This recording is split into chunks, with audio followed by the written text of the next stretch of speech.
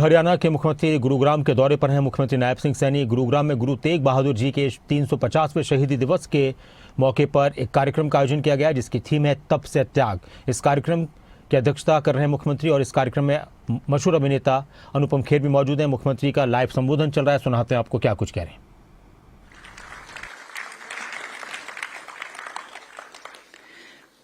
साथियों, हम सब ने गुरु जी के जीवन को समर्पित तप त्याग, तप से त्याग तक इस नाटक को मंचन के लिए हमारे हिंदू कश्मीरी प्रकोष्ठ हरियाणा तथा विश्वकर्मा कौशल विश्वविद्यालय पलवल, उनको मैं विशेष तौर से बधाई देता हूं कि उन्होंने इस कार्यक्रम की रचना की है। साथ ही मैं इस भव्य संगीत में नाटक के मंचन के लिए RMK arts and research foundation Jammu नाटक के लेखक व निदेशक विजयधर जी और संगीतकार श्री कुलदीप सप्रू जी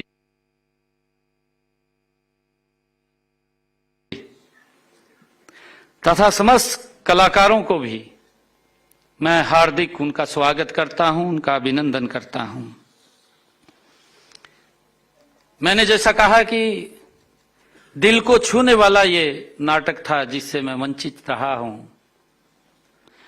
और आज का ये मंचन हमें उस महानायक की याद दिलाता है जिसने हमारी संस्कृति का ये आधार त्याग, हमारी सभ्यता की आत्मा का जो तप है, साथियों हमारी राष्ट्रीयता की शक्ति वो सत्य है।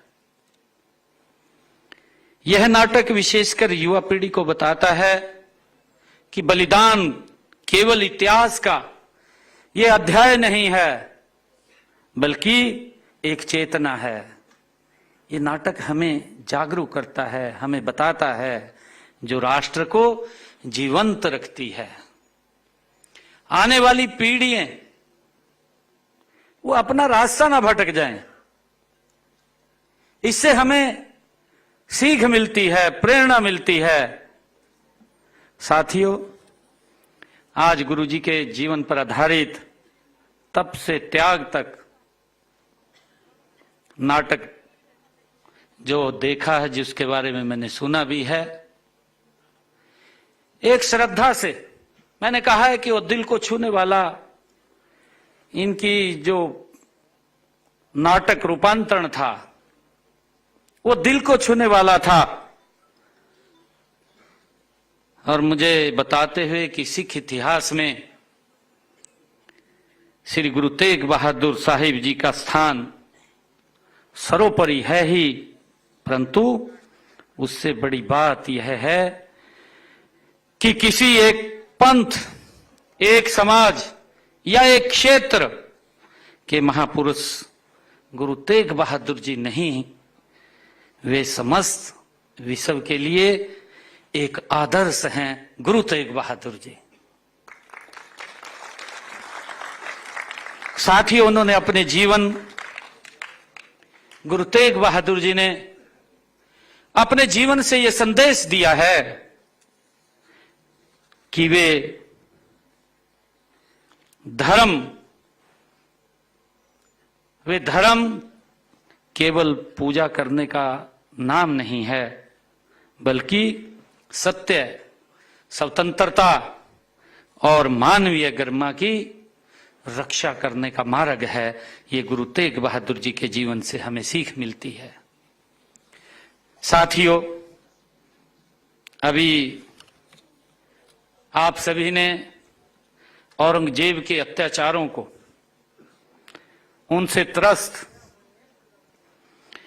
कश्मीर के हिंदू पंडितों को उसका नाटक रूपांतरण यहां पर देखा है। और जब ये अत्याचार बढ़ रहे थे, एक सीमा क्रॉस कर रहे थे, उस समय में पंडित कृपाराम जी के नेतृत्व में हमारे कश्मीरी पंडित, उनके नेतृत्व में गुरु तेग बहादुर जी को आनंदपुर साहब मिलने के लिए पहुंचे और उन्होंने गुरु जी को अपनी व्यथा सुनाई। गुरु जी ने उनकी बात को सुना। वो इतिहास का एक निर्णायक मोड़ था जब कश्मीरी पंडित गुरु तेग बहादुर जी के पास पहुंचे और उन्होंने वहां पर जाकर के अपने ऊपर जो अत्याचार, जो जुल्म हो रहे थे,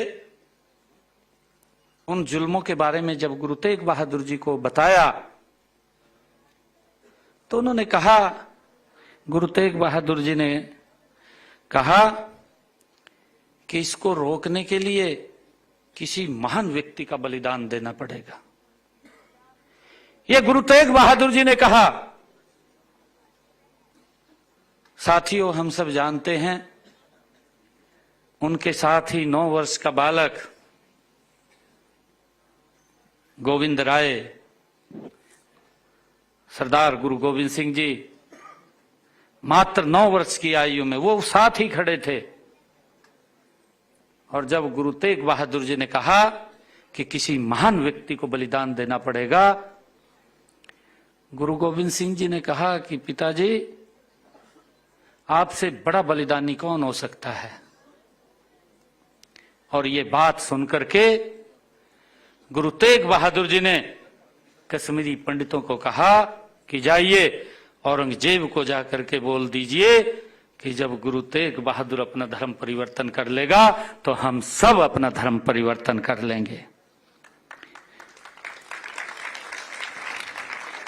साथियों, इसी प्रकार ये शुरू हुआ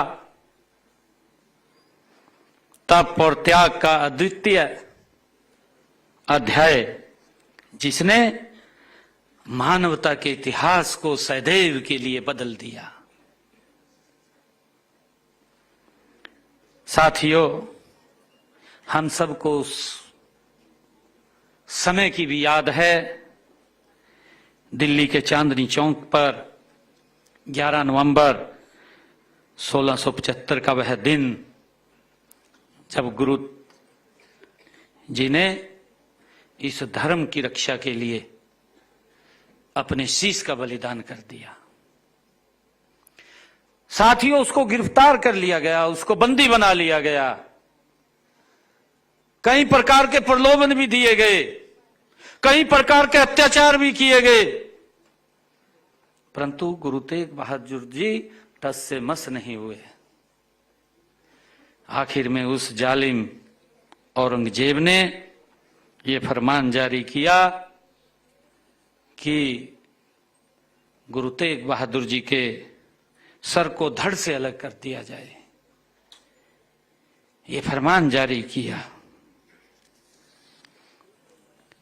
साथियों, गुरु साहिब की इस महान शहादत ने धरती को शौक से भर दिया, लेकिन देवलोक में एक उत्सव का माहौल था, क्योंकि एक महापुरुष ने मानवता व धर्म की रक्षा के लिए अपना सर्वस्व समर्पित कर दिया। ये इतिहास, ऐसा बलिदान मुझे दुनिया में कहीं देखने को नहीं मिलता। हम सब नजर दौड़ाते हैं, दूर दूर तक देखते हैं कि जिन पीढ़ियों ने बलिदान दिया हो, देश और धर्म की रक्षा के लिए बलिदान दिया हो, ऐसा इतिहास हमें दिखाई नहीं देता। साथियों, ये हरियाणा की पवित्र भूमि, इस पवित्र भूमि पर भी गुरु जी का गहरा और भावनात्मक इस भूमि से संबंध रहा है। हम सब इस बात को भी जानते हैं कि जब दिल्ली में बलिदान के बाद भाई जैता जी गुरु जी का पवित्र शीश लेकर के आनंदपुर साहब की ओर निकले और उस जालिम औरंगजेब की सेना को यह मालूम पड़ा, उन्होंने फरमान जारी किया हुआ था कि गुरुजी के शरीर के दिल्ली के चारों कोणों पर एक एक टुकड़ा वो टांग दिया जाए। ये उस जालिम का फरमान था। परंतु जब इस प्रकार का फरमान जारी हुआ, एक बहुत बड़ा तूफान वो आया और उस तूफान के अंदर लखी शाह बंजारा गुरुजी के शरीर को लेकर के चले जाते हैं और भाई जैता जी शीश को लेकर के आनंदपुर साहब की ओर चले जाते हैं। और जब इस बात का मालूम पड़ा, उन्होंने अपनी सेना को उसके पीछे लगाया और जब वो रास्ते में जा रहे थे, बड़ खालसा गांव में जब पहुंचे तो वहां पर गुरु का अति प्रिय शिष्य भाई जैता जी को मिले और उसने अपने घर में उसको शरण दिया। और जब भाई जैता जी को उन्होंने पूरी बात बताई कि मेरे पीछे औरंगजेब की मुगल सेना लगी हुई है, तो उन्होंने भी ये संकल्प लिया कि आज धर्म के ऊपर कुर्बानी का समय आ गया है। और वहां पर बड़ खालसा में खुशहाल सिंह दैया जिसके घर में वो रुके, उन्होंने भाई जैता जी को कहा कि आप मेरा शीश उतार करके उस औरंगजेब को दे दो और गुरुजी का शीश लेकर के आनंदपुर साहब चले जाओ। इस धर्म की रक्षा के लिए हमारे कितने महाबलिदानियों ने अपनी कुर्बानियां दी हैं। खुशहाल सिंह दैया ने अपना शीश दिया और गुरुजी का पवित्र शीश आनंदपुर साहब पहुंचा। हम सब उस इतिहास को जानते हैं। और साथियों, यह धर्म की रक्षा की घड़ी है और उन्होंने कहा कि ये मेरी परीक्षा भी है और उन्होंने अपना शीश मुगल सेना के हवाले कर दिया। साथियों, गुरु तेग बहादुर जी ने, मैंने कहा है कि उनका हरियाणा से गहरा संबंध रहा है। वो बार बार गुरुजी हरियाणा के अंदर पधारे हैं, कई बार यहां इस पवित्र भूमि पर उनके चरण कमल पड़े हैं। उन्होंने यहां पधार करके संगत को भी प्रेरित किया है। 1665 में उन्होंने अपना सिख जो मुख्यालय था धमतान साहिब, जो हमारे जींद में पड़ता है, धमतान साहिब में अपना सिख पंथ का मुख्यालय वहां पर बनाया।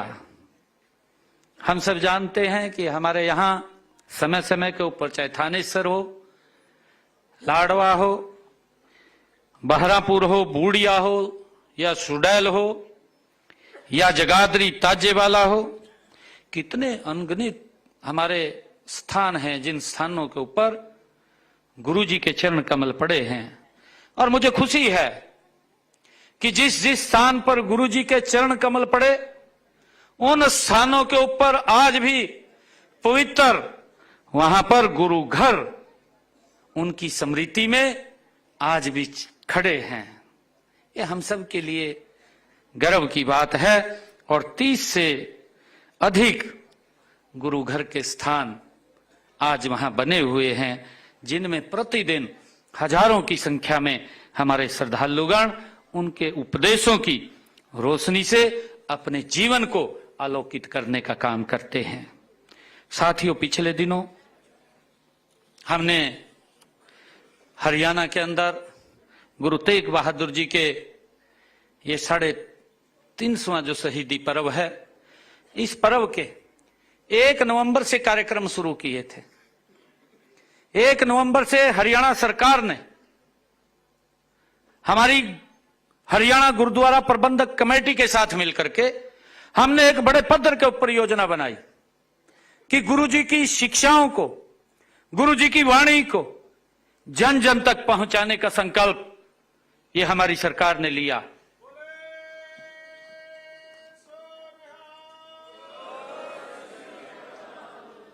साथियों, हमने 1 नवंबर से गुरु तेग बहादुर जी की याद में उनको समर्पित हरियाणा प्रदेश के अंदर 350 ब्लड डोनेशन कैंप लगाए।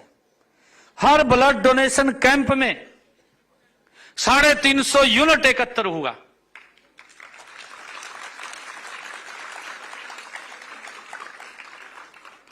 साथियों, हमने हरियाणा प्रदेश के अंदर स्कूलों में बच्चों को उनके जीवन के ऊपर निबंध लिखने के लिए कहा और स्कूलों में बच्चों ने गुरु तेग बहादुर जी के जीवन के ऊपर निबंध, पेंटिंग प्रतियोगिता, और जो बच्चे फर्स्ट, सेकंड और थर्ड आए, हमने जिला स्तर के ऊपर, प्रदेश स्तर के ऊपर उनको सम्मानित करने का काम हमारी सरकार ने किया है।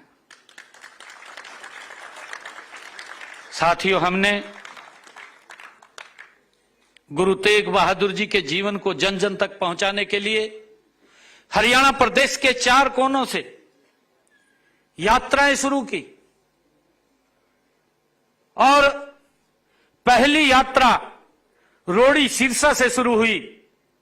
और जब रोड़ी सिरसा से पहली यात्रा शुरू हुई तो उसी दिन हमने सिरसा में चौधरी देवीलाल यूनिवर्सिटी गुरु तेग बहादुर जी के नाम से चेयर स्थापित की कि आने वाले हमारे युवा उसके ऊपर रिसर्च कर सकें, उसको पढ़ सकें, उस इतिहास को देख सकें, उसको समझ सकें।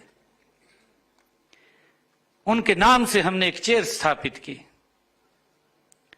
और साथियों, जब दूसरी यात्रा हमारी पिंजौर से शुरू हुई तो हमने गुरु तेग बहादुर जी के नाम से अंबाला में गवर्नमेंट पॉलिटेक्निकल का नाम गुरु तेग बहादुर जी के नाम से रखा। साथियों, हमारी चौथी यात्रा फरीदाबाद से प्रारंभ हुई। फरीदाबाद से हमने खुशहाल सिंह दहिया, उनके जन्मस्थली बड़ खालसा में एक राज्य स्तरीय कार्यक्रम किया जिसमें 30-35 हजार लोग एकत्र हुए। राज्य स्तरीय एक बड़ा कार्यक्रम गुरु तेग बहादुर जी को समर्पित हमने उस कार्यक्रम को किया। और जब चौथी यात्रा हमने प्रारंभ की यमुनानगर सढौरा से, हमने गुरु तेग बहादुर जी के नाम से एक द्वार वहां पर और एक गुरु तेग बहादुर जी के नाम से वन, जिसमें 350 बच्चे उसी दिन खड़े होकर के उन्होंने एक एक पौधा लगाया। हमने स्वयं पौधारोपण किया, गुरु तेग बहादुर जी के नाम से वहां पर एक वन लगाने का काम किया। और साथियों, उसी दिन ही हमने वहां पर गुरु तेग बहादुर जी के नाम से एक एग्रीकल्चर महाविद्यालय, उसकी घोषणा की कि यहां पर एग्रीकल्चर महाविद्यालय बनेगा और गुरु तेग बहादुर जी के नाम से बनेगा।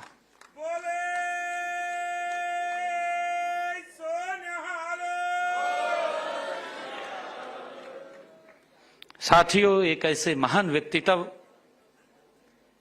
जिनके जीवन से हम सबको प्रेरणा मिलती है। साथियों, लगातार आदरणीय नरेंद्र मोदी जी के नेतृत्व में हम गुरु जी की इस यात्रा को गति से बढ़ा रहे हैं। और मुझे आज ये बताते हुए कि 25 तारीख को, जब ये 24 तारीख को चारों यात्राएं कुरुक्षेत्र की उस पवित्र भूमि पर एकत्र आई, 25 तारीख को भारत के यशस्वी प्रधानमंत्री आदरणीय नरेंद्र मोदी जी उस पवित्र कार्यक्रम में आकर के गुरु तेग बहादुर जी को नमन करने का काम किया है। हम सब के लिए बड़े गर्व की बात है।